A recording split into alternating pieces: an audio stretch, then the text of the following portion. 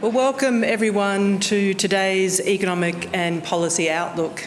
I'm Melinda Salento, the Chief Executive of CEDA, and it's my great pleasure to welcome you here today in the room and to those of you who are joining us online. Can I start by acknowledging the traditional owners of the land on which we're meeting here in Sydney, the Gadigal people of the Eora Nation, and pay my respects to elders past, present and emerging. Acknowledge and thank them for their custodianship of land and culture and for sharing that with us in the spirit of reconciliation.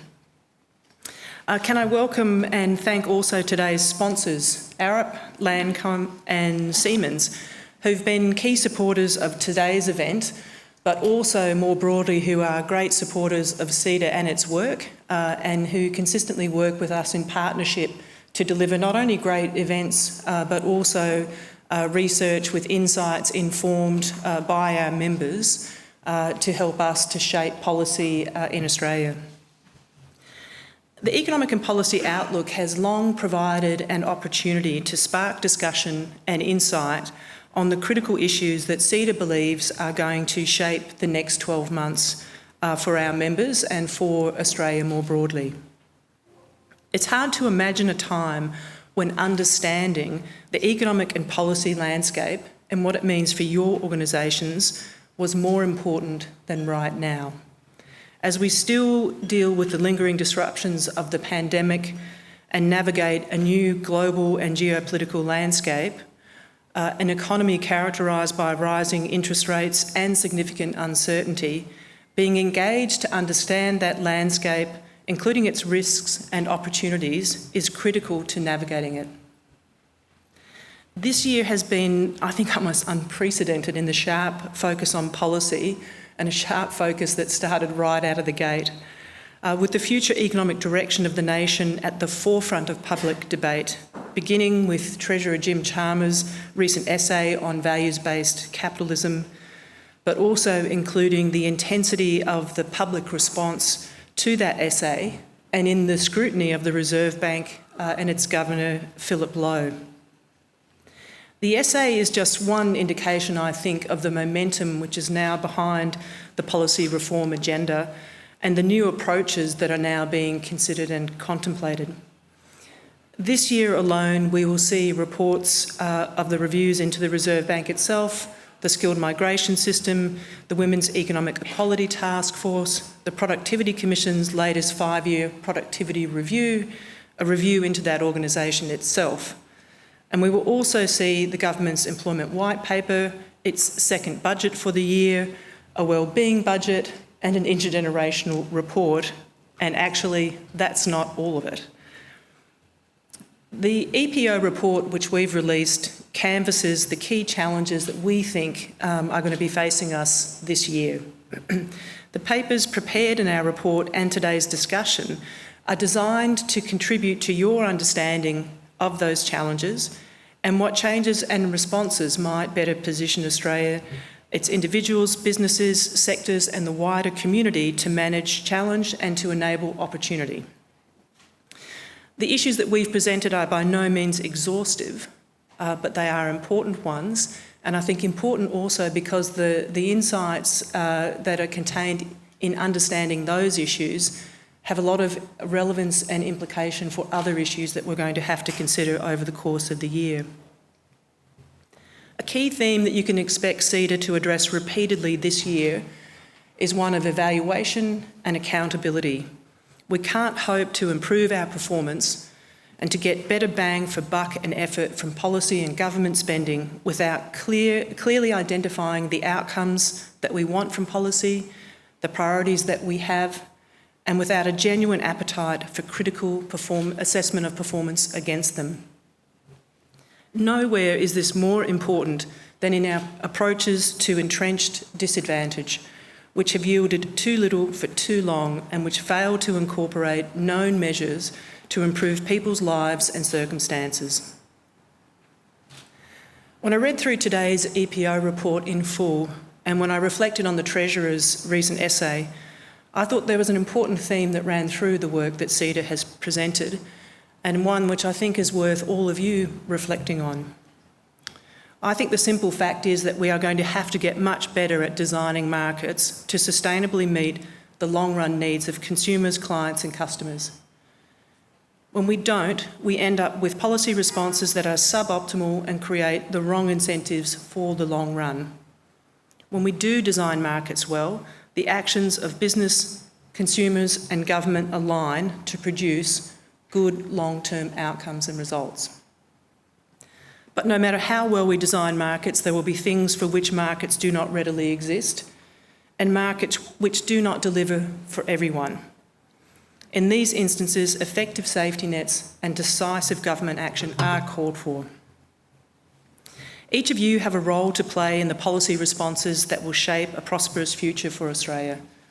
And there's a lot going on this year. It's great that you're here today to consider the issues that we're presenting. I think it's going to be a fantastic conversation and I look forward to working with you through CEDA and our team so that we can play our part in building the next generation of prosperity for all Australians. It's now my great pleasure to introduce our Chief Economist, Jared Ball, to get things running. Thanks, Jared.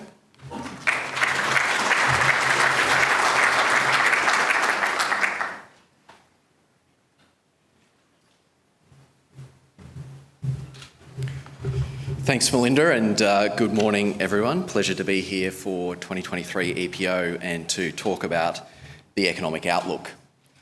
Now, you might have noticed how erratic some of the predictions from economists have been to begin 2023, from doom and gloom to optimism and back again in the space of 6 weeks.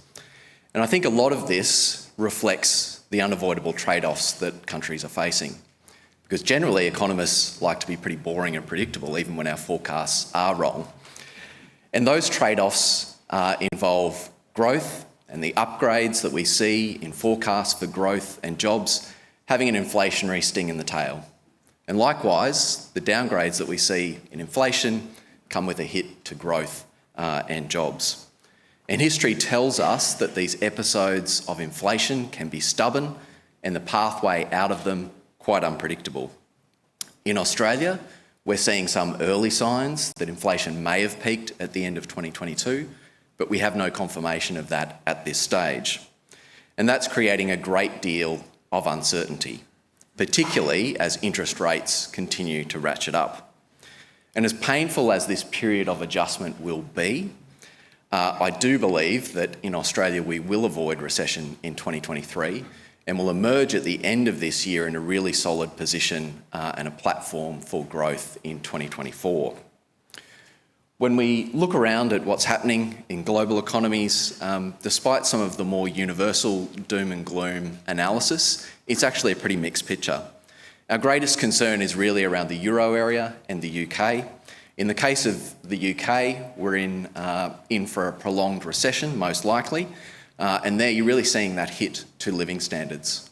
Real wages this year will be back to 2006 levels. And actually the UK is the only advanced economy that has less people employed now than there were before the pandemic. So they've managed to keep unemployment low still because people have exited the labour market altogether, which is obviously quite concerning. In the euro area, it's about low growth and high inflation. We're seeing double-digit inflation in major economies like Germany, and that obviously has the European Central Bank moving quite aggressively with supersized hike of 75 basis points. On the other hand, in the euro area, we are seeing some positive signs in terms of sort of subduing that demand around gas, which should mean that those markets aren't in as much distress this year as they might otherwise have been. The US, things are a little bit more rosy. There is a possibility of recession this year, but at the same time, unemployment is low. We've seen in the recent jobs data that the jobs market is still booming, and there's a lot of investment stimulus coming through. The government's Inflation Reduction Act and Building Back Better initiatives are going to see further stimulus there. So the real challenge there will be for the US Fed and keeping control of inflation. China, on the other hand, reopening, a real bounce back, over 5% growth expected this year. And unlike other economies, China's actually in a position where they've got policy room to bring down interest rates and to have fiscal stimulus, which provides a big buffer in terms of meeting some of their growth targets this year. The good news is that across most advanced economies, inflation has now peaked. But of course, on the way down, it may yet prove sticky. And that's a pretty precarious balance for central banks, particularly in those economies where a downturn is possible. If they move too quickly, too aggressively, they potentially exacerbate and prolong that economic downturn. But if they don't move fast enough, you potentially end up with a longer period of prolonged inflation, and you've got to act further down the track. Australia has really lagged the global inflation trend on the way up, and we seem to be doing so far on the way down. We'll probably have the first indication around whether inflation has peaked when we get to early March and the first kind of monthly inflation data for 2023. Obviously, a consequence of bringing inflation under control is that it cools the labour market. And we're starting to see that adjustment. We saw it at the end of last year and it's continued in January and some of the labour market data that was out yesterday. And I guess the big question for policymakers who are looking for a soft landing is how much of that will be absorbed in the unemployment rate. Now, my view is that business may actually give policymakers a bit of a helping hand on this in 2023. With skills shortages so fresh in the minds of business, it is possible that we'll see some labour hoarding, and we've certainly seen that in past sort of difficult episodes in the economy. The other side of this is that the cautious consumer that we all knew and loved in 2019 has well and truly returned. Household savings ratio is back to where it was before the pandemic, and we've run a lot of that money out of our savings accounts.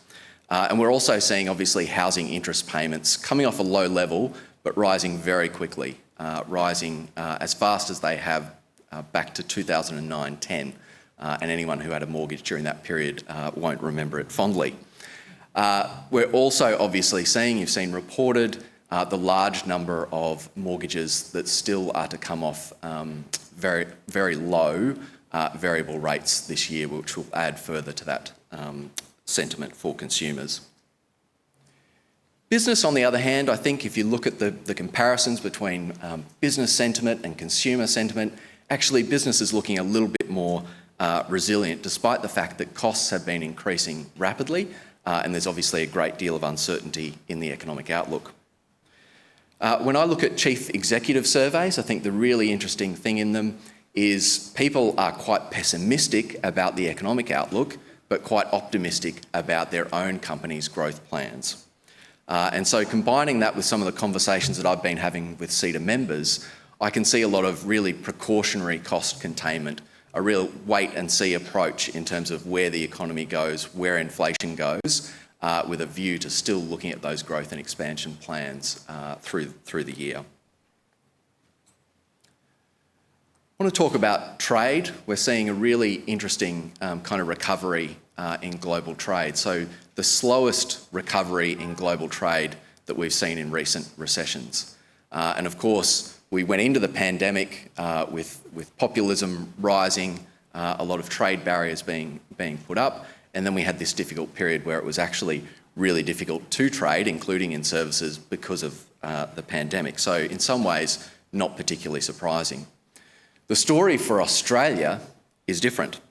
Our trade, while we did dip, has actually held up really well, particularly on the goods side of the equation, led by resources demand.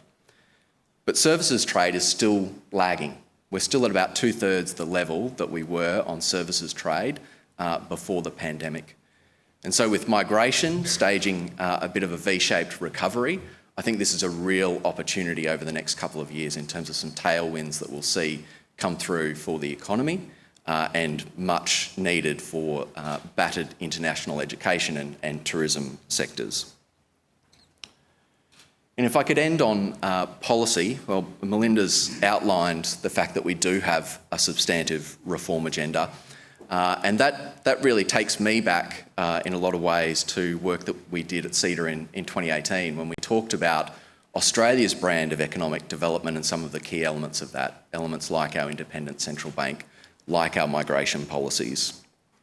And so all of those things are up for grabs this year and up for review. And my hope really is that we take those reviews and respond to them really comprehensively and don't squib it, that we really look at how we can do things differently in line with the spirit of the Treasurer's essay in the monthly. And if I take one of these issues, the migration policy review, which we provided a submission to, we really emphasised in our submission the fact that Australia is not the only country that has an ageing population and will be suffering from a shrinking working age population. That is happening simultaneously across advanced economies. It's happening in a lot of our source countries currently for migration. And so it does suggest that we are more than ever in a very globally competitive landscape, and we need to be making those migration pathways a lot more seamless if we're going to compete for labour and talent in future. So really, we've got a great opportunity with some of these reviews underway to make some policy choices that are going to instil confidence in both the short and the long term about those critical kind of pillars, policy pillars, of Australia's economic growth and development.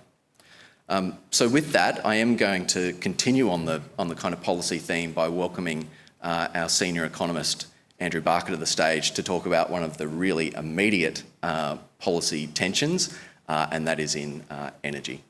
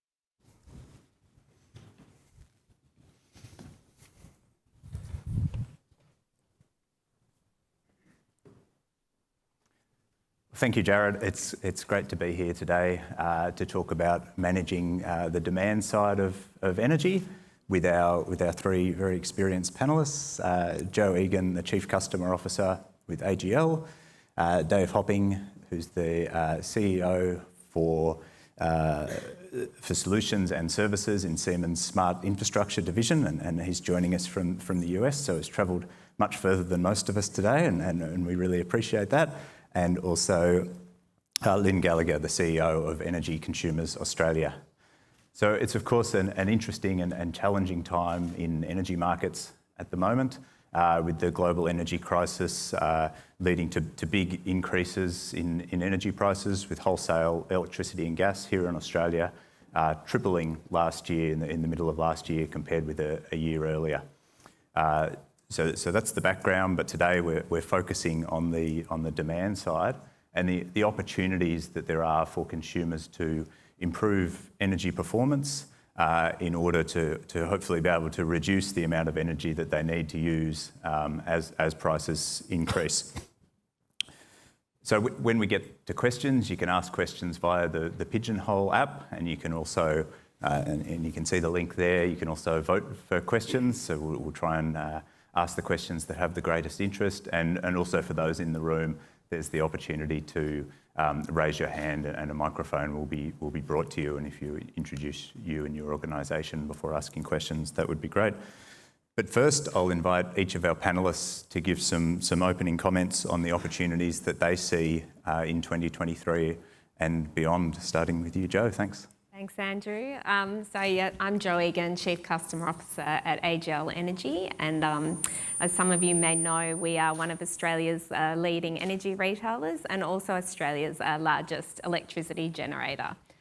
So last year at AGL, we announced our Climate Transition Action Plan, which included the early coal closure of our plants, 10 years earlier than planned, which is one of Australia's most significant decarbonisation initiatives. And whilst that's an incredibly important part of our strategy going forward, the second half of the equation is on the customer side and how we can support our customers through the energy transition to meet their sustainability goals and electrify and decarbonise. So I'm delighted to be here today to talk about this side of the business.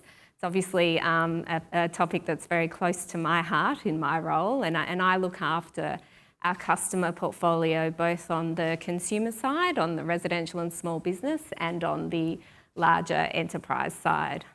So for me on this topic, when we think about how we can support our customers through the transition, there's really three key areas of focus. Firstly, sustainability is very important, and we are seeing growing desire from all of our customers to meet sustainability goals, particularly at the moment on the larger end of town, with a lot of our corporate customers, really trying to meet their own net zero ambitions and sustainability targets, whilst also reducing cost. But also reliability and affordability continue to be critical as we support our customers through the transition. So pleasingly, a lot of the future products and services that we see huge growth in can achieve all of these goals. We're already seeing really great take-up of some of these products and services. As I'm sure many of you know, rooftop solar has incredible penetration in this country. And we're seeing great growth in batteries, as well as accessing virtual power plants through hot water load, and even behavioural demand response programs are starting to get really strong take-up from our customers. E-mobility also presents a huge opportunity, and in the future, we know that the way our customers interact with us across these range of assets will be very, very different. They won't just be consuming energy, they'll be participating in the energy market, and it's really technology that's going to unlock that. There's a lot of huge opportunities coming forward.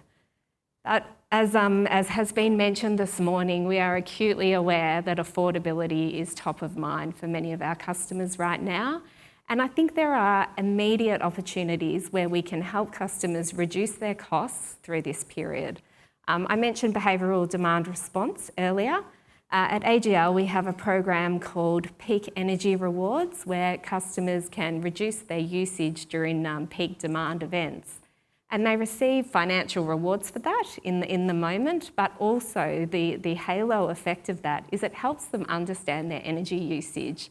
And by using our app and understanding how they can reduce usage, it helps them improve their energy literacy. We're also really pleased with the government's announcement on their bill relief package that will support particularly vulnerable customers. And that's an area I think as an industry we're all going to need to lean in over this interim period to support.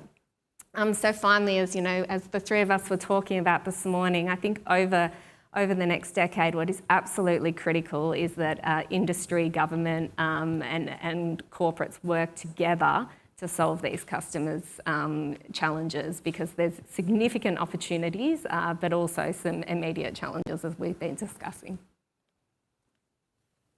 Sure. Dave. Great. Thanks. It's an honour to be here today. My name is Dave Hopping.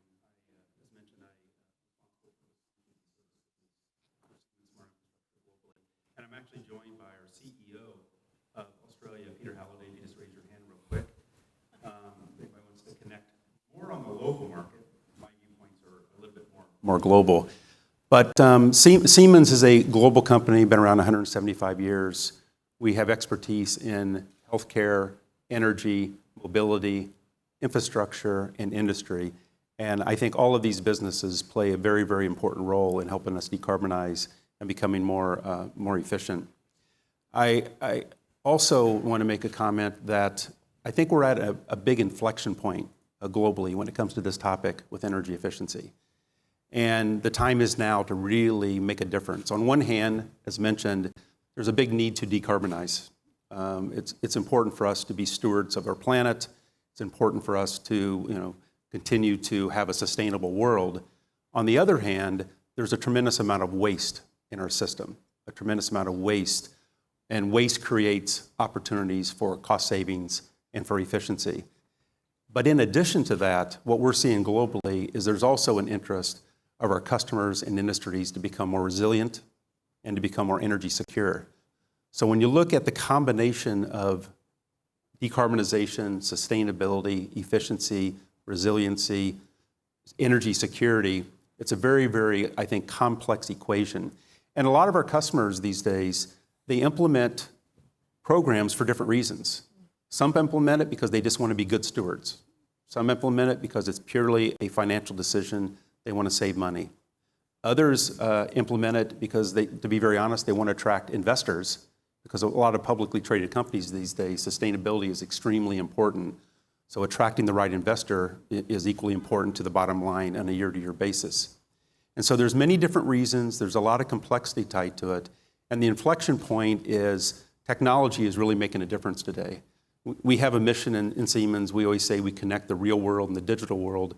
But technology, through IoT, AI, machine learning, more cloud-based applications, is enabling our customers to really, I would say, implement energy savings and implement cost reductions at a much faster pace and at a lower price point than maybe any time before in history.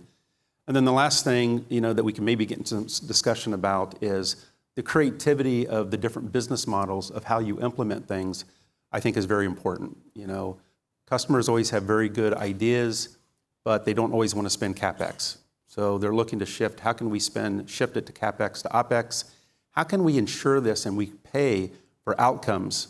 We pay for the efficiency we get, and it gives them a little bit more security of that what they're implementing, they're going to get the returns. So I guess it's an honor to be here. I think we bring a lot of expertise to the table as a technology company in this discussion, but it's a complex discussion around efficiency, sustainability, technology, resiliency, security, and I look forward to the dialogue. Great. Well, just to build on the comments from my colleagues, I think it may help to frame the discussion as well to understand why managing energy use matters to 10 million households and 2.6 million small businesses.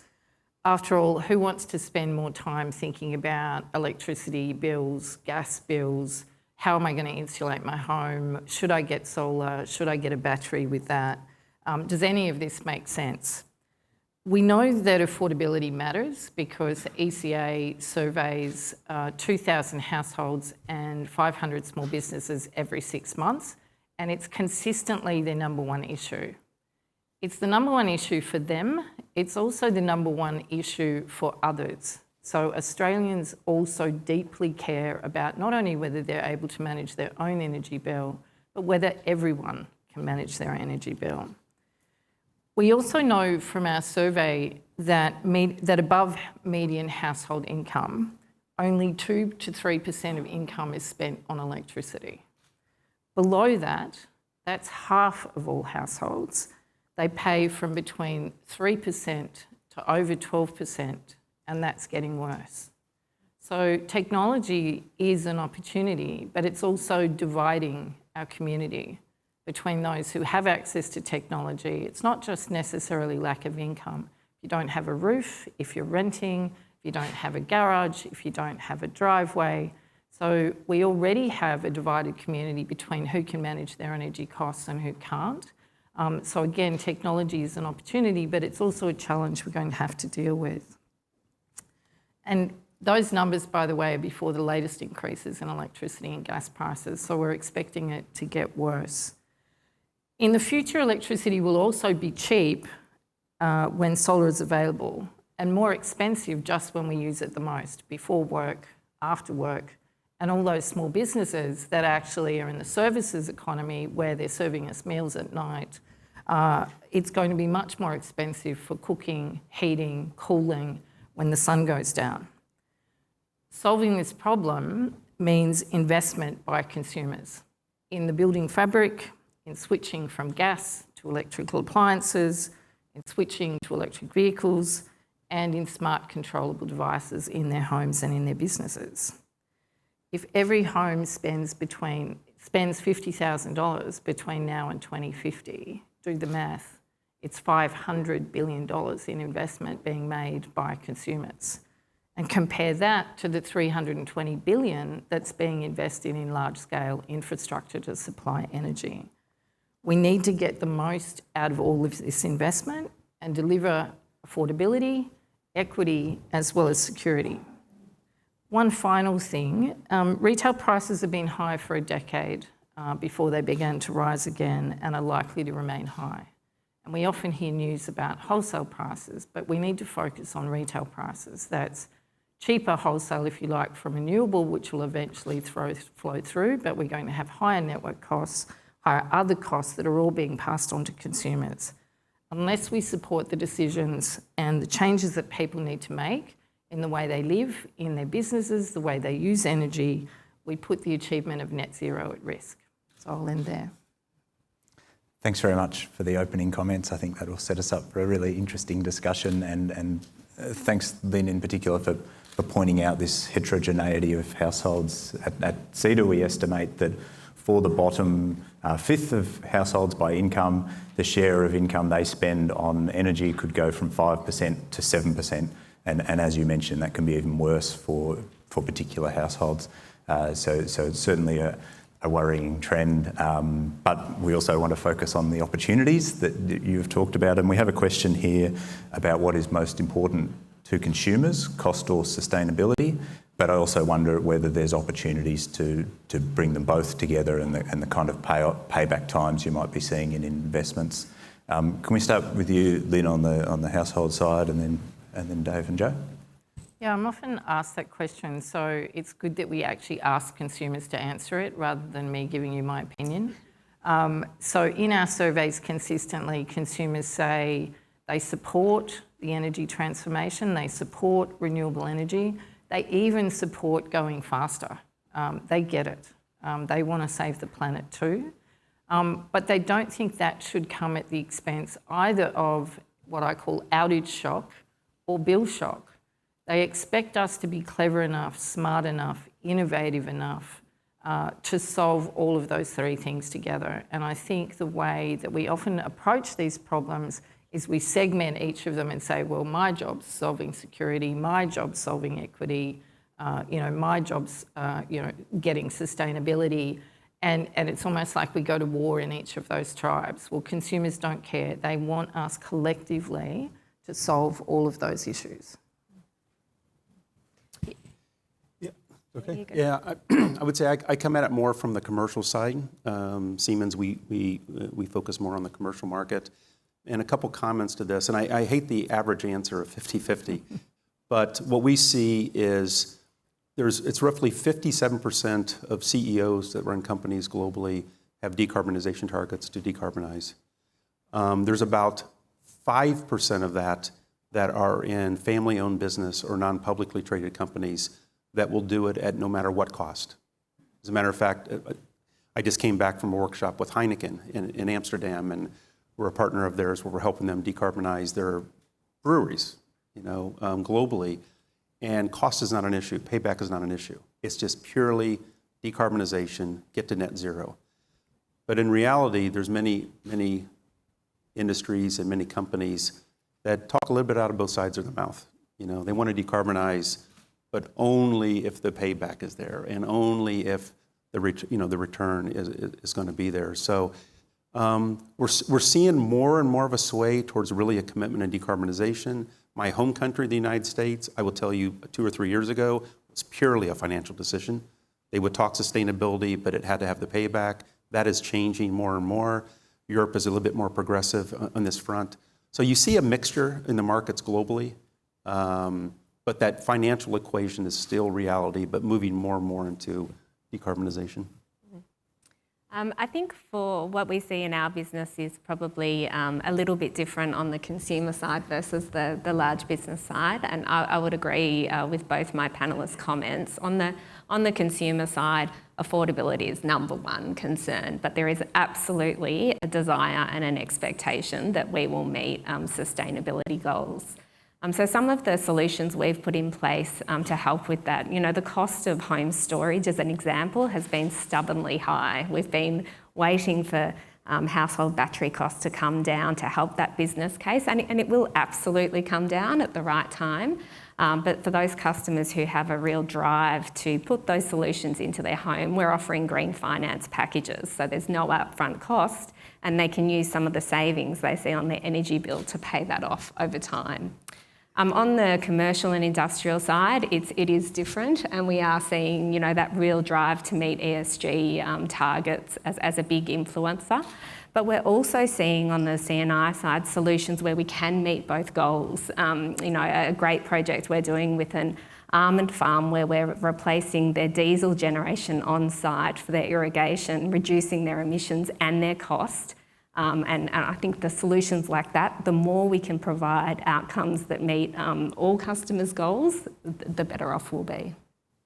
Thanks a lot. And Dave, it's great to get that international and sort of big business perspective on that. The next question I've got is a bit more household focused, which is around renters in particular. So given that it's more difficult for renters to put a solar system on top of their roof, for example, what can renters do in order to improve their energy efficiency? So Jo and Lynn. Sure. Yeah, I'm happy to start with that. So I think flexible load we see as a huge opportunity, and it's there's flexible load available in the household today without further investment. So we're doing some great trials in South Australia at the moment about hot water load and how we can shift that through the day, and we've seen good take up there, and that obviously renters can take part in that. Also, behavioural demand program that I mentioned earlier, it continues to surprise me, the growth in that program and how engaged customers are and willing to change their behaviour to see results. So that's another area we're promoting heavily.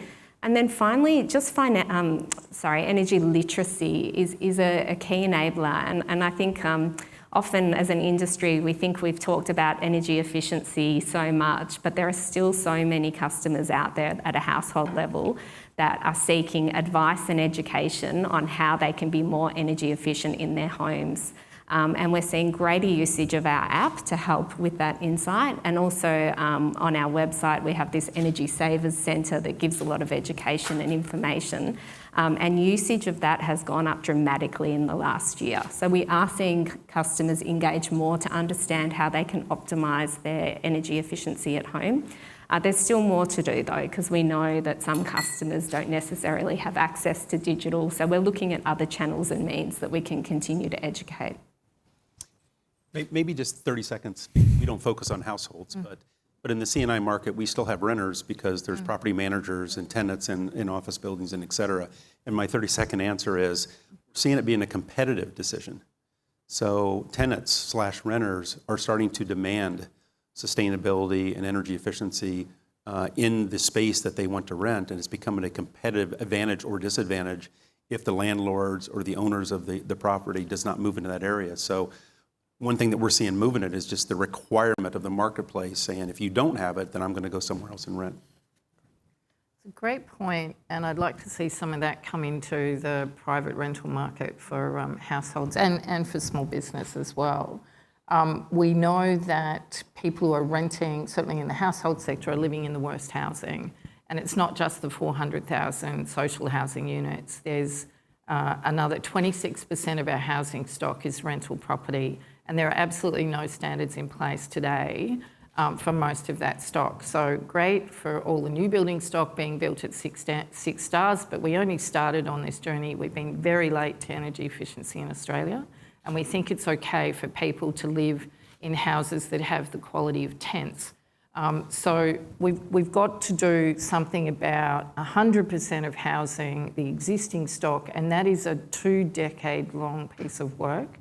We also have to remember that many landlords are us, like the sort of proportion of people who own a negatively geared property. So to pick up on the point that Joe was just making, again, a lot of this is difficult to navigate. We've actually relied on, if you like, and I'd like to go back to Melinda's point about designing markets. We've got a poorly designed market here in that information and the provision of trusted, independent information is not seen as essential to the operation of the market. Well, it is, because that's what's leaving worst housing. People are buying close to schools or other things, and so we're not seeing this kind of competitive market or support for landlords. I know it's sort of fashionable to talk about split incentives, but let's stop talking about the economics and talk about the outcomes and how we make it happen. So minimum standards of disclosure of rental properties, publishing what kind of operational costs of electricity and gas are in this building, promote the competition, but also support the investment in the infrastructure. It's going to take the finance industry to be partners. And it's also going to take governments to not think about necessarily subsidies, but actually this is part of the 2050 journey. So how did they become part of the co-investors in this and not actually just leave it to private voluntary decisions, to solve some of these complex problems? Thanks a lot, Lynn. And from personal experience, having rented an old Queenslander, the first cool night I ran around looking for what window or door we'd left open. So I can certainly relate to the houses like tents that are poorly insulated. I want to drill in on a point that you raised, Joe, about more flexible load and the role of consumers to contribute to the sort of third objective of energy networks, which is ensuring reliability during the energy transition. And there's also a question here about electric vehicles and the role of that in providing potentially more battery storage. What do you see as the opportunities there for that, the demand side to help in terms of energy security? I'll start with you, Joe. Yeah, look, it's a huge opportunity. It's an enormous opportunity, and for us, an area we're investing in heavily.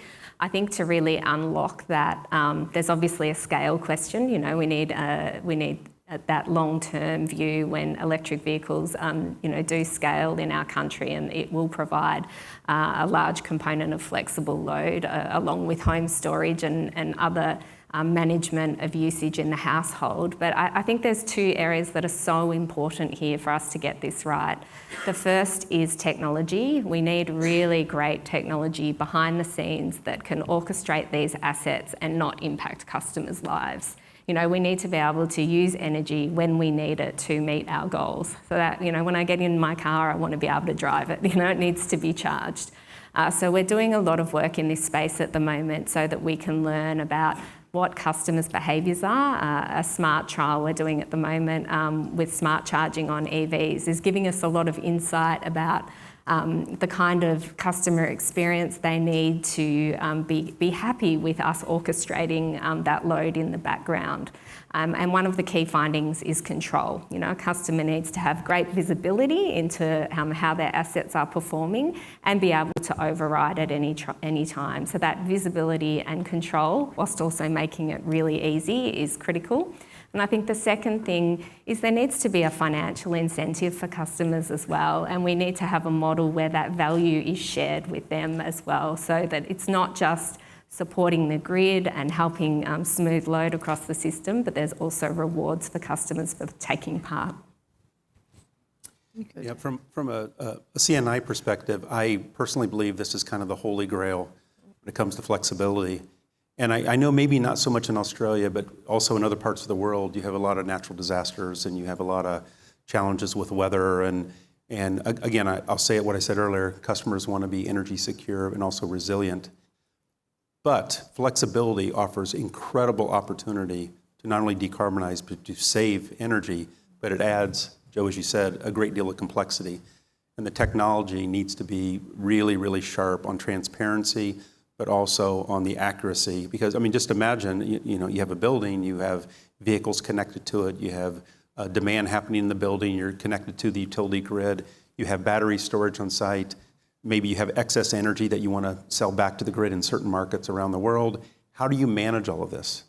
and and manage it in a way that it's super, super efficient to maximize the reduction of your cost, but then also potentially maximize a revenue stream in certain parts of the world where you can make money on this excess energy that you might be creating locally through on-site renewables or whatever. So I mean, of course, I come from a technology company, and this is what we help our customers do, is manage this flow of energy between all of these different energy resources, grid, on-site, distributed vehicles, very, very complex, but a huge, huge opportunity.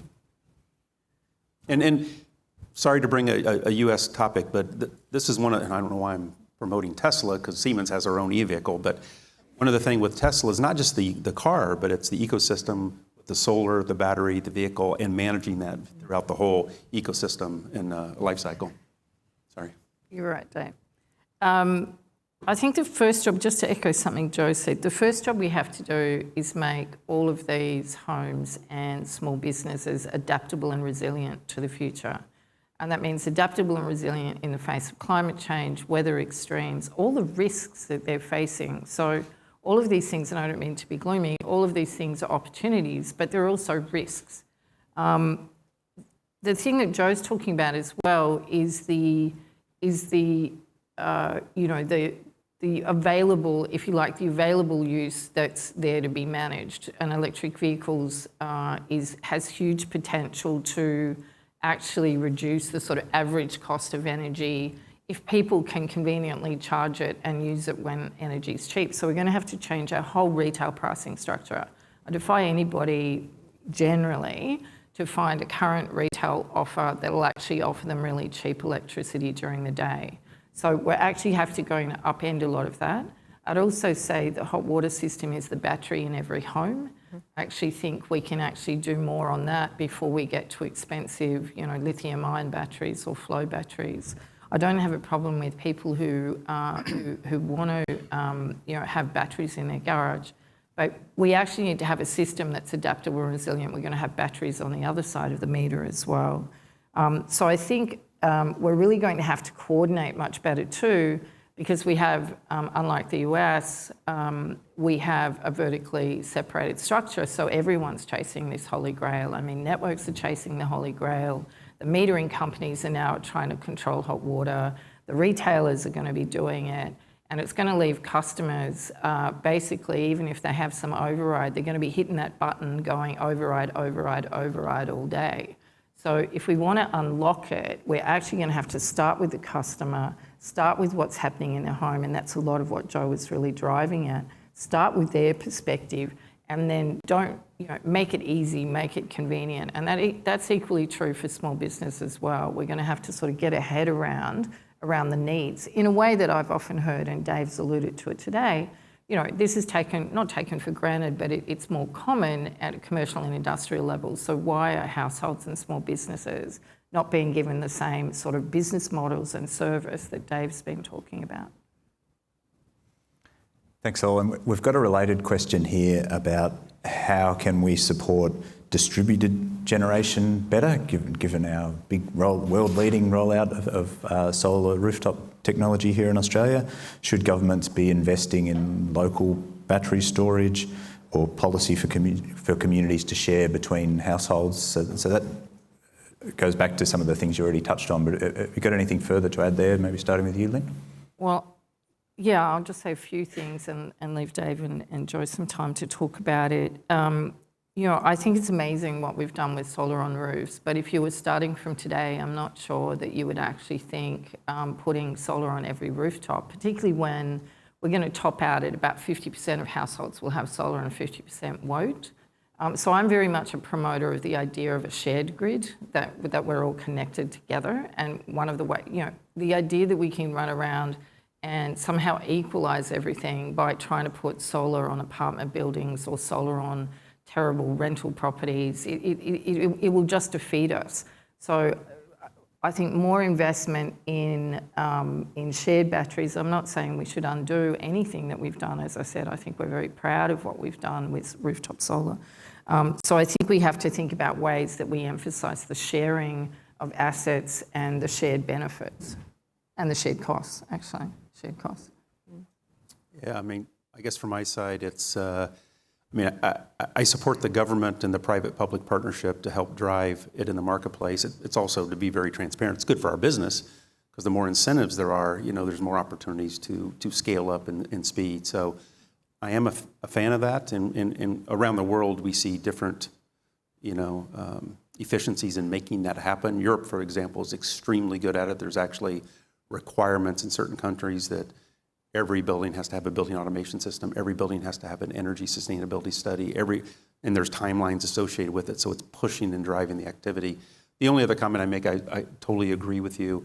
I think if you look at consumers and just go standalone facility or home, the more you can group, whether it's in a community, a neighborhood, or even a city, and use microgrid type technology to kind of break it up, I think there's some advantages versus everybody going alone in the journey.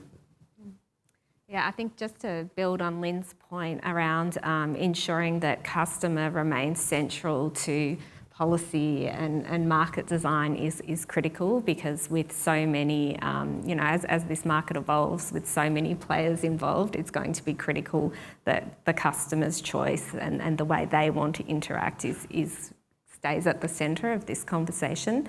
Look, the rooftop solar opportunity is significant, but to unlock it, we do need that storage to be able to, store the solar that's generated during the day when it's not needing, and then discharge it later during the day. And the cost of home batteries, as I've already said, has been one of the major challenges for that.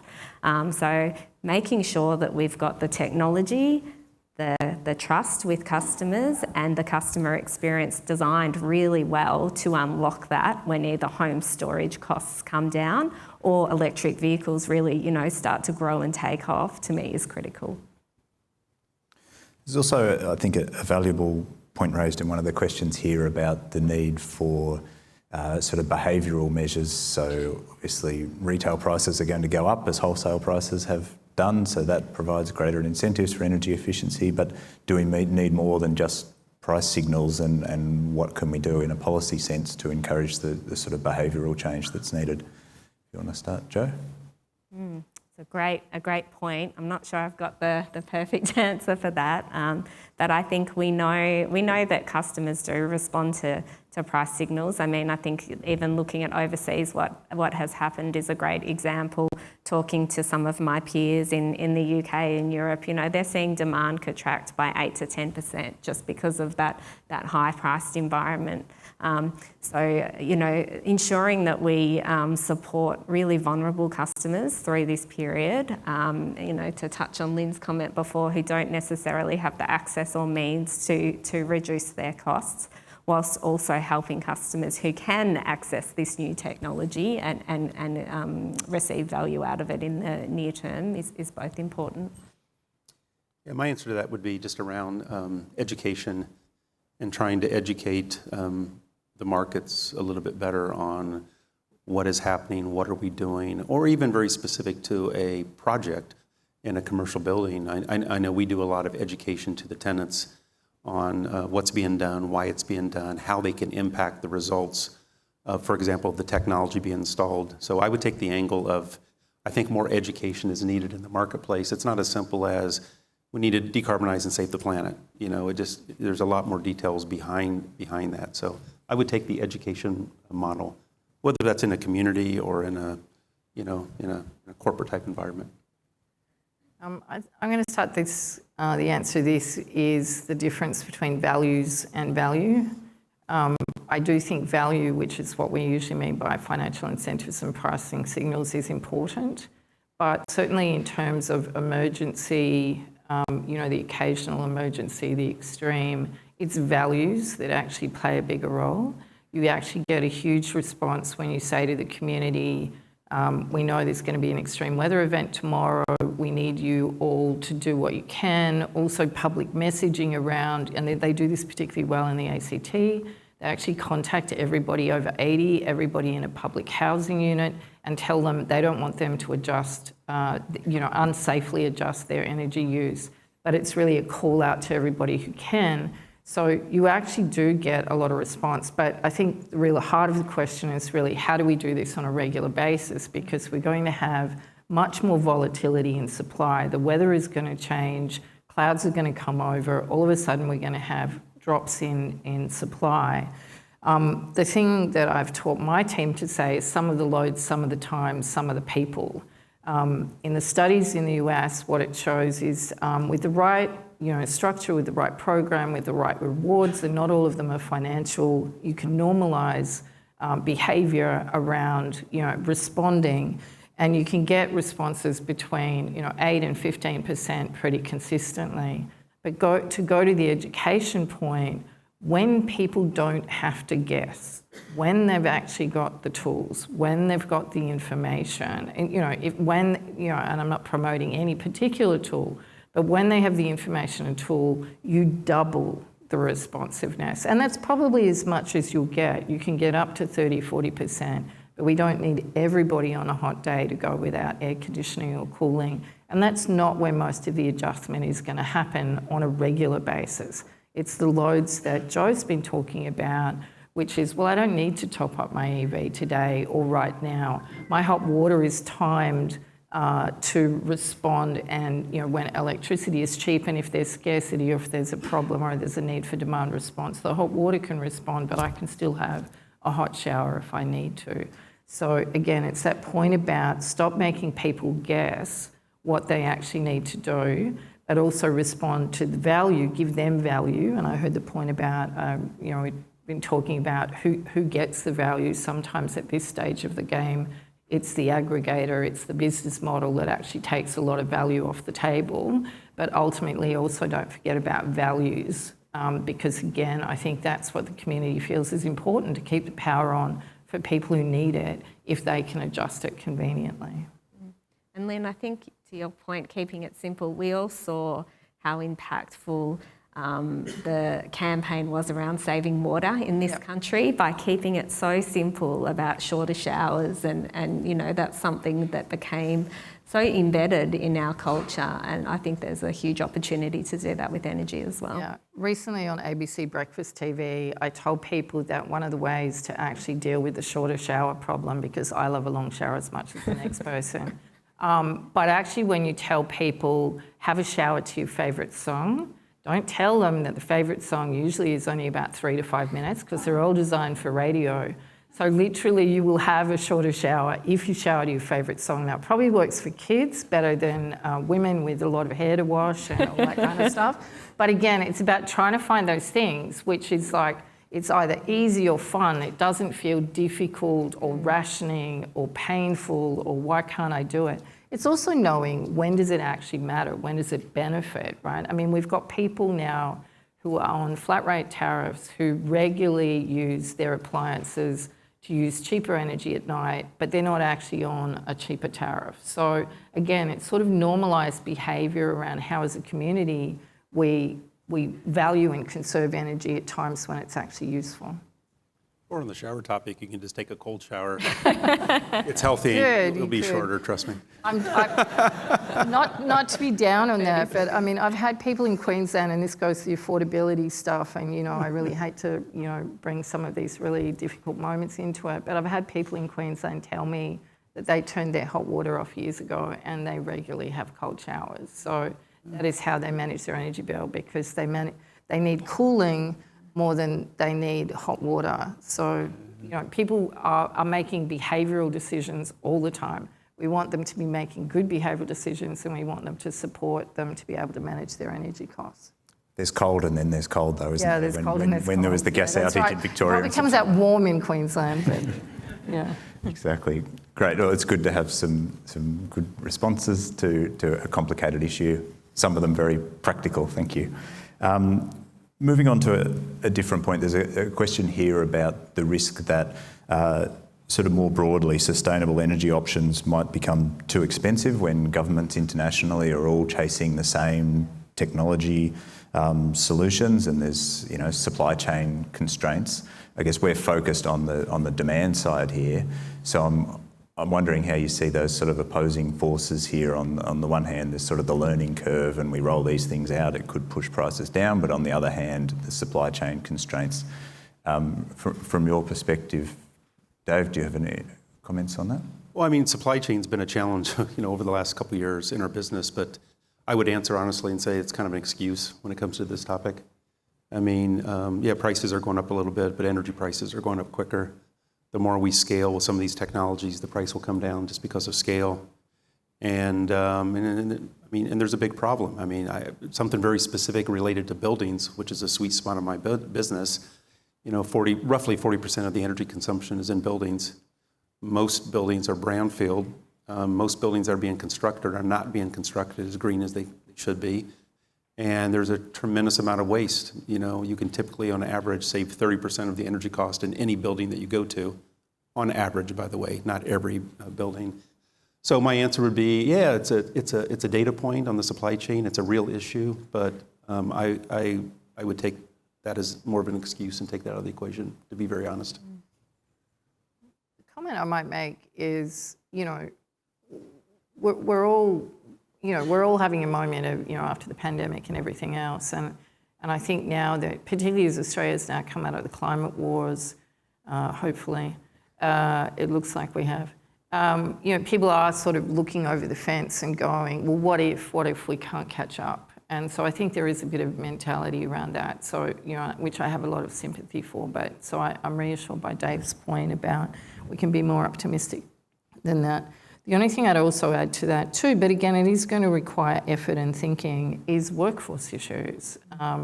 We need to expand our electrician workforce. We need them to be trusted advisors in every premise. And to Dave's point, there's a lot of waste going on. They are people who are actually regularly in those buildings, in homes, that actually could be mobilised, to the point Joe was making about education and trusted information. And if they're not actually match fit as well for this electrification journey, understanding the difference between should they, could they, would they, be recommending level 1, level 2 chargers, or saying to people, seriously, you really could actually be using public charging infrastructure more affordably. So again, there's a whole kind of thing around both match fit workforce as well as the supply chain on the kit. Sorry. By the way, I think that's a great point, the workforce. I mean, it's hard to find people these days to do the jobs. And then as we go through more of the digital transformation, them being upskilled, to be able to apply some of the new technologies, that's a big challenge. Sorry about that. No, that's okay. I think the only other point I would add in dealing with our customers is that when they're considering these kind of investments, they are taking a long-term view. So, both at household level and businesses, they are looking at this as an investment and a business case. And, we're working hard to develop digital tools to help make that much easier, for the average household to understand. So I think, I agree with the point that the long-term perspective on this is critical. Great. We are just running out of time, so I'll finish with one final question. We always like to focus on policy at CEDA events, and of course we've touched on important policy issues around technology, education, flexibility in demand. What do you see from your perspective as the one or two most important policy measures to enable greater energy performance? I think for me, the theme I would focus on rather than a specific policy is a long-term outlook, consistency, national consistency in policy and regulatory environments is really, really important, and keeping customer at the centre, as we talked about. Particularly if you think about, the long-term future and that market where a customer has, a lot of decentralised assets that will be interacting very differently, making sure they have choice and that their needs are put first, is absolutely critical to the policy design. Yeah, transparency, it's a little hard for me to answer specifically because I don't come from Australia, but if I look at it globally, I think the thing that I would strongly recommend from a policy is that I think planning needs to be more forced. Like what is the plan? Everybody should have a plan for decarbonization, for efficiency. Doesn't mean you have to implement it. Doesn't mean you don't do it over a period of time.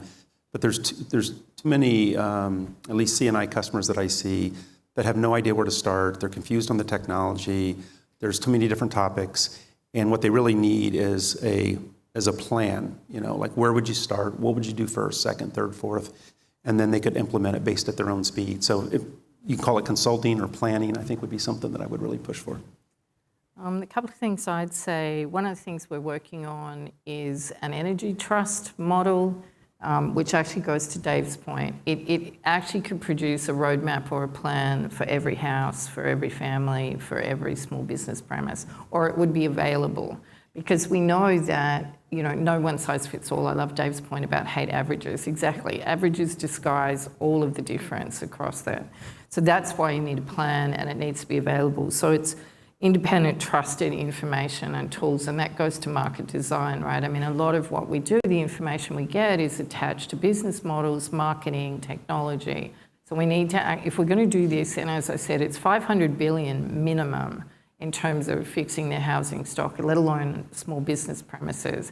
So if we're going to be doing 500 billion and we need to arrive in 2020 with nobody burning fossil fuel in their home and people with affordable energy. So we need to invest in something like an energy trust that's going to provide independent, trusted advice. And then my last thing is we have to fix our building stock. So insulation first and insulation everywhere. It's ridiculous living in houses that are the quality of tents. And I've often been heard to say, and I'll end on this, much as I love solar, but putting solar on a tent is a bit ridiculous. Thanks very much. And national consistency, planning and better information seems like an excellent place to start. So thanks you very much, Joe, Dave and Lynn, and thank you for the audience for your participation. Please join me in thanking the panel, and then we'll go to morning tea.